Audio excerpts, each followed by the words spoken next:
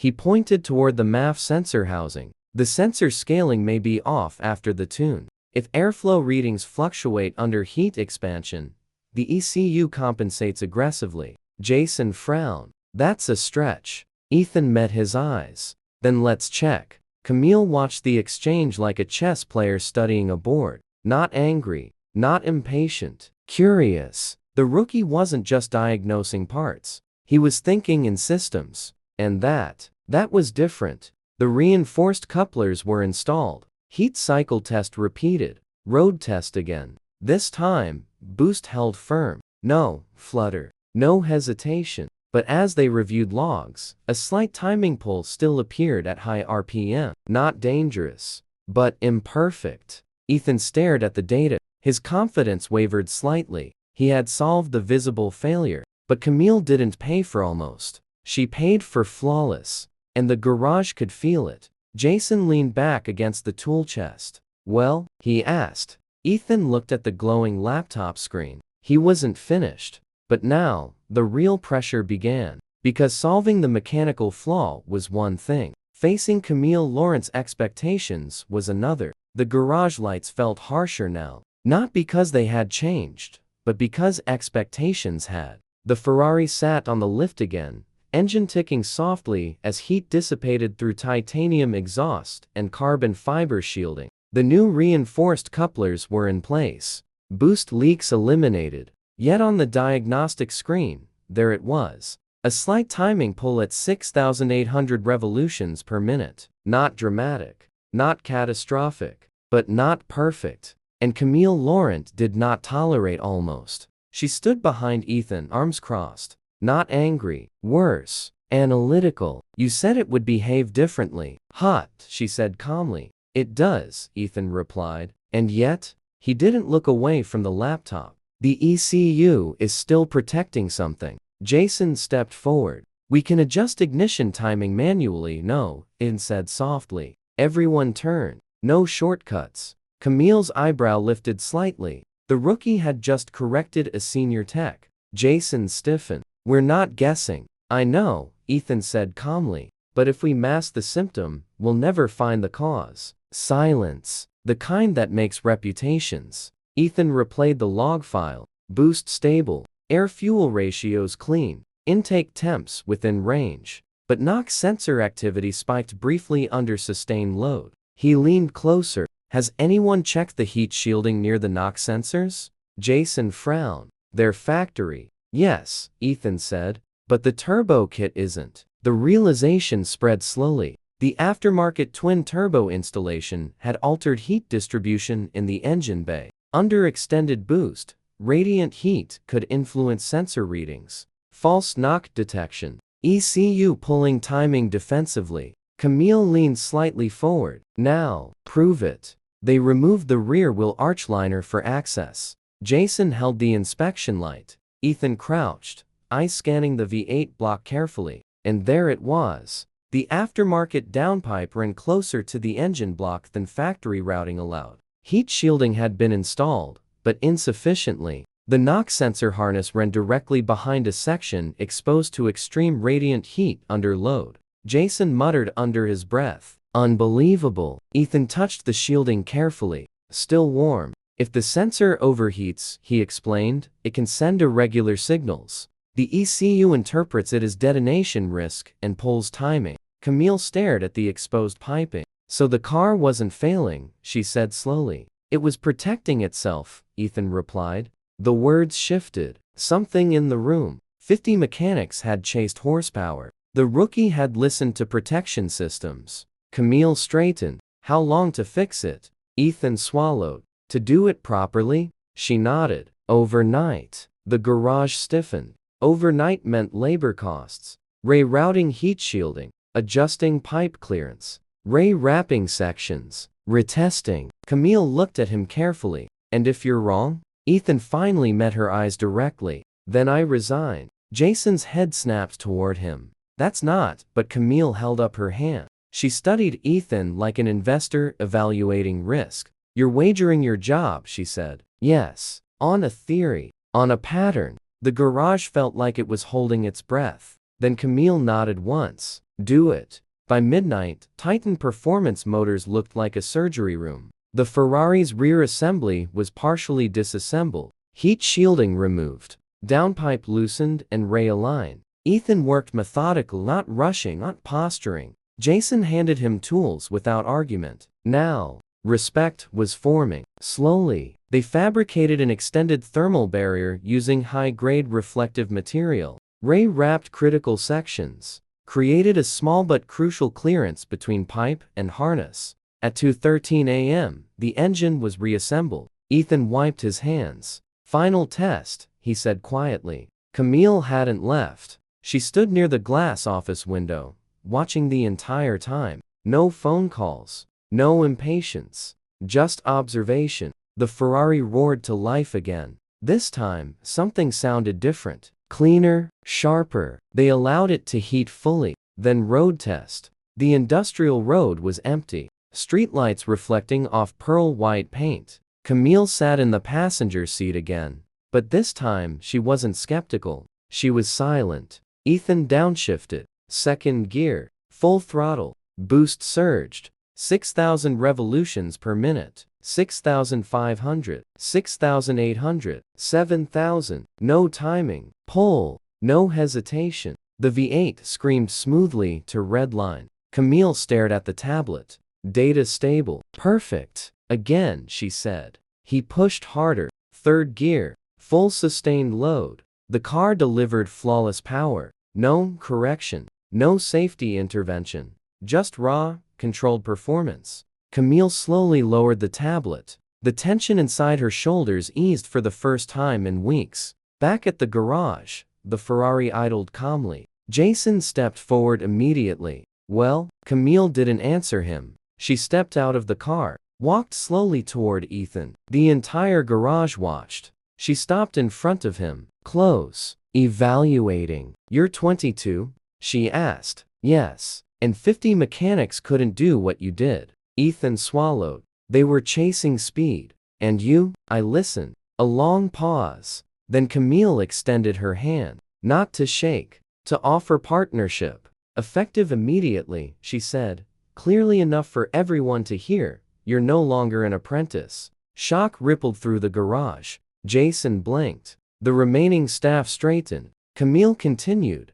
"Your lead performance diagnostic specialist for my fleet." Salary adjusted accordingly. Ethan stared. Overnight, everything changed. Not because he argued, not because he fought, but because he faced her and refused to guess. The next morning felt different. Titan Performance Motors had the same concrete floors, the same hydraulic lifts, the same scent of fuel rubber and espresso drifting from the reception area. But the atmosphere had shifted. News travels fast in automotive circles, especially when it involves Camille Laurent. By 9 a.m., 3 former mechanics had already texted Jason. "Is it true? Did the rookie really fix it? Did Camille actually promote him?" Inside the main bay, Ethan stood quietly beside the Ferrari reviewing fresh diagnostic logs. He wore the same uniform as yesterday, but he no longer looked like an apprentice. He looked composed, focused,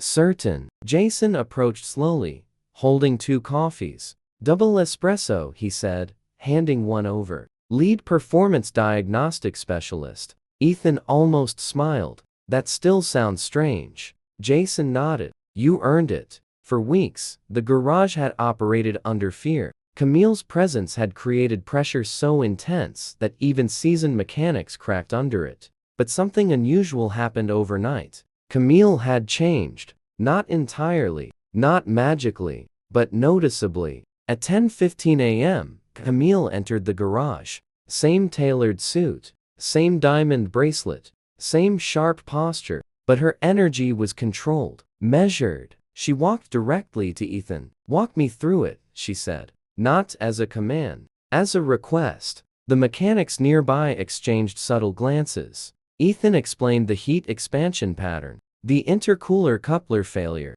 the knock sensor heat interference, the ECU timing correction logic. He didn't rush. He didn't simplify. And Camille listened, not interrupting, not dismissing, listening. When he finished, she nodded slowly. Why didn't the others see it? Ethan hesitated. They were trying to beat the car. And you? I tried to understand it. A long silence followed. Then Camille did something no one in that garage had ever seen before. She turned toward the staff. I owe you all something, she said. The room froze. Jason nearly dropped his coffee. Camille continued. I built my companies by demanding speed, immediate results, aggressive growth. I assumed machines respond to pressure the way markets do. She glanced back at her Ferrari. They don't. The weight of her words settled into the room. 50 mechanics left because I confused urgency with competence, she said calmly. That ends today. The garage didn't erupt in applause.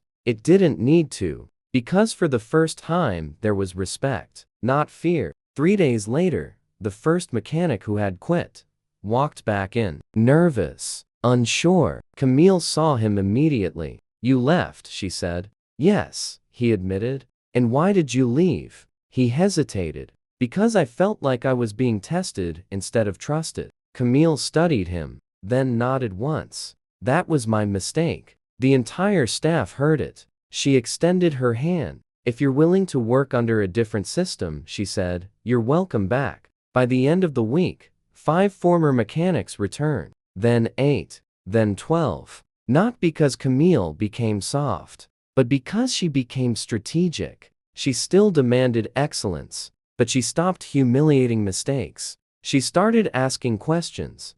By the time the 50th mechanic walked out, the garage didn't even react anymore. Titan Performance Motors had once been known as the most prestigious European specialty workshop in the States. Ferraris lined one wall, McLaren's another. 2 hydraulic lifts stood beneath suspended LED panels that reflected like surgical lights across polished concrete. Now, it felt like a battlefield after the war had already been lost. And at the center of the destruction stood Camille Laurent, 39 years old, founder of 3 venture-backed tech companies. Net worth in the hundreds of millions. Tailored charcoal suit. Ice blonde hair pulled into a severe bun. Diamond bracelet that flashed like a warning signal every time she gestured, which was often. Her voice could slice through engine noise. This is unacceptable, she said sharply, heels echoing across the floor. You told me the calibration would take 2 days. The service manager swallowed.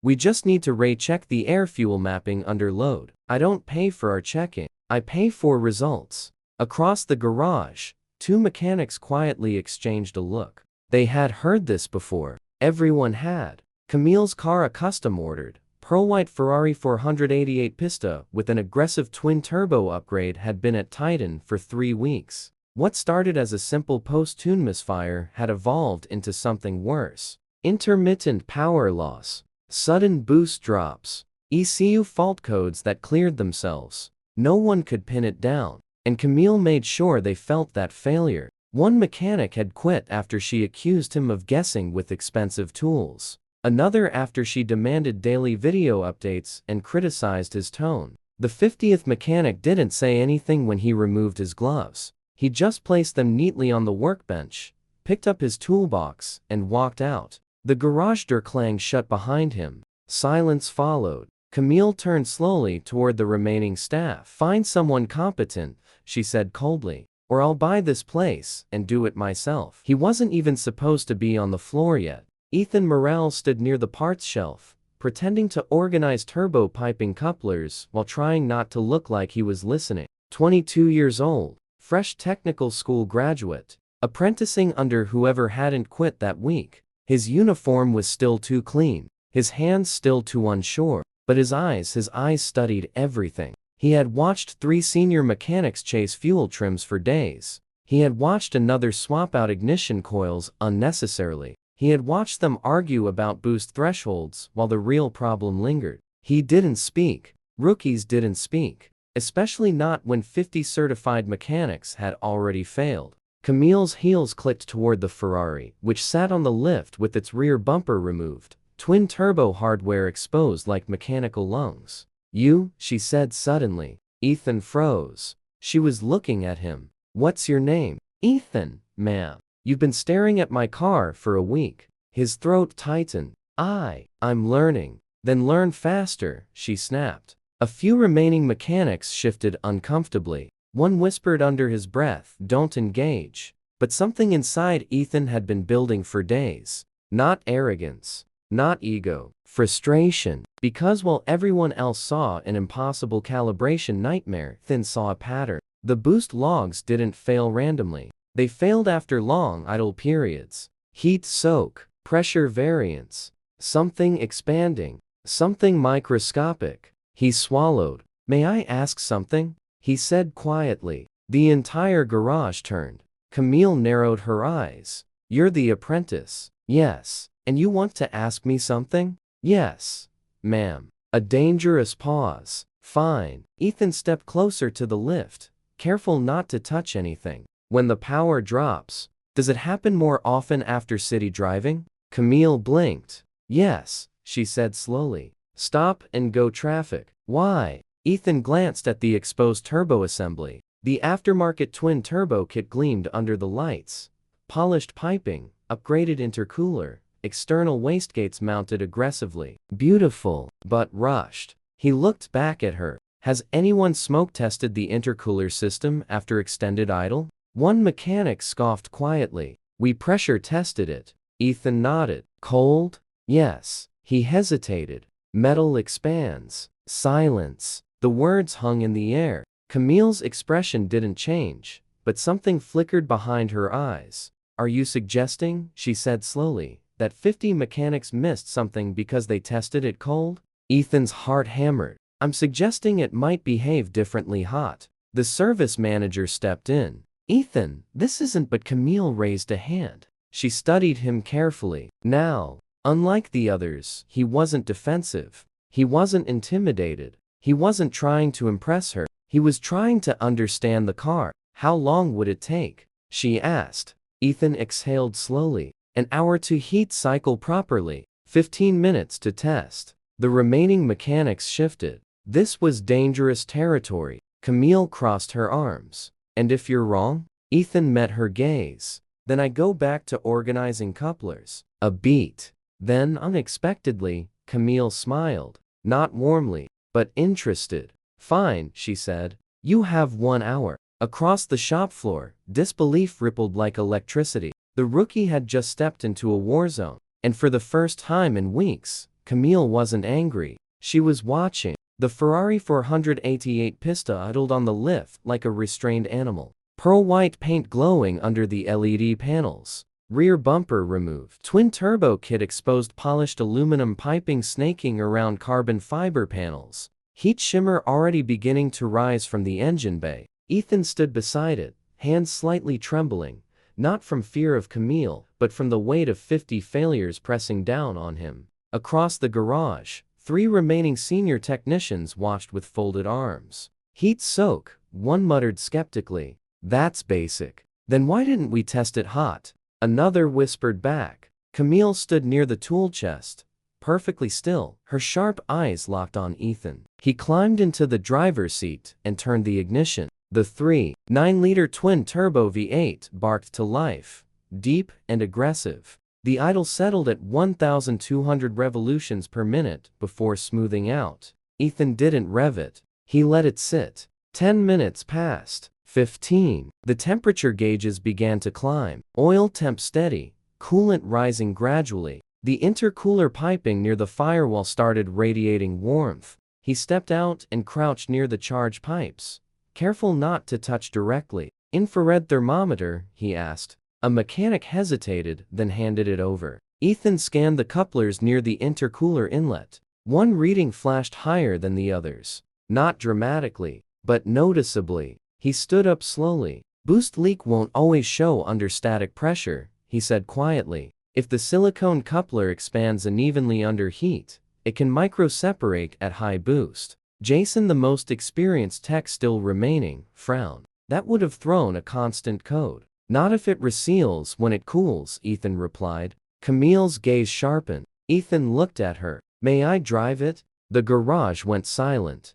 No apprentice drove client cars, especially not hers. Camille studied him for a long moment, then tossed him the key. "Fob. Break it," she said coolly, "and I'll break your career." Ethan caught it. His hands steadied. The Ferrari rolled out of Titan performance motors and onto the late afternoon street. Ethan kept the RPM low at first, feeling the throttle response smooth, responsive. But that wasn't where the problem lived. He drove through city traffic for 20 minutes. Stoplights, slow crawls, idling heat building under the rear glass. Then he turned onto an open industrial road. Camille sat in the passenger seat, silent, observing. "Logs ready?" he asked. She held the diagnostic tablet steady. "Yes." He eased into throttle. 3,000 revolutions per minute. Boost built cleanly. 4,500. The turbos whistled sharply. Then he pushed harder. 6,000 revolutions per minute. Suddenly a subtle hesitation. Not violent, not dramatic. But there. Boost dipped. Recovered. Dipped again. Camille felt it. "Again," she said quietly. He downshifted. Second gear. Full throttle. Boost spiked to 1.5 bar, then fluttered. The ECU pulled timing briefly. Camille stared at the data screen. Boost pressure inconsistency. Tiny, but real. Ethan's pulse quickened. "It's there," he said calmly. They returned to the garage. This time, Camille walked faster than he did. Back on the lift. Engine hot. Metal expanded. Ethan grabbed a smoke machine. Jason watched carefully now. No longer dismissive. The smoke test began. Thick white vapor pumped through the intercooler system. At first, nothing. Then a faint wisp.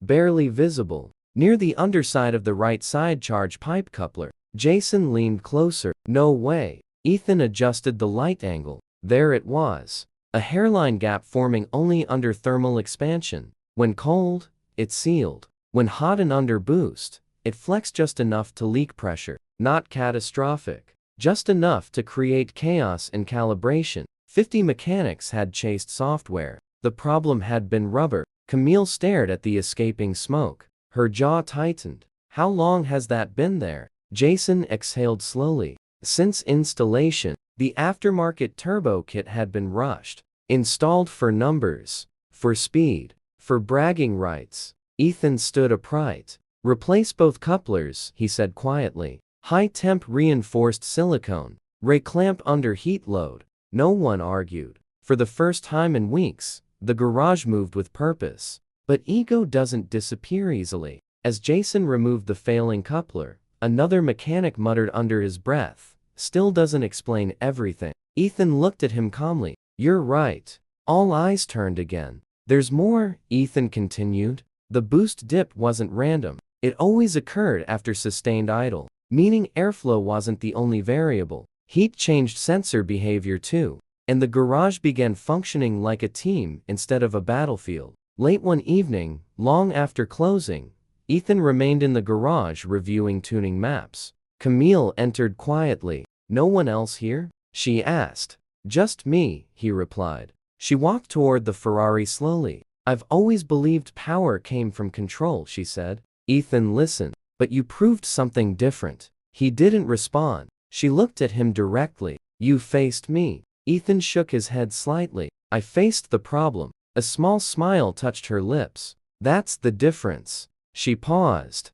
"I don't need mechanics who fear me," she said softly. "I need ones who understand what I don't." The fluorescent lights reflected across polished carbon fiber. The Ferrari sat perfectly still. Flawless. Not because of money. Not because of pressure, but because someone listened. Within 3 months, Titan Performance Motors gained a new reputation. Not as the shop owned by the most insufferable millionaire, but as the shop where precision came first. Camille still drove hard bargains. She still expected excellence, but she no longer confused dominance with leadership. And Ethan? He became known for something rare in high-performance tuning: restraint. Clients began requesting him specifically, not because he promised more horsepower, but because he promised understanding. One afternoon, as a McLaren 720 sat on the lift awaiting calibration, a new apprentice stood nervously nearby. "Sir?" the apprentice asked quietly.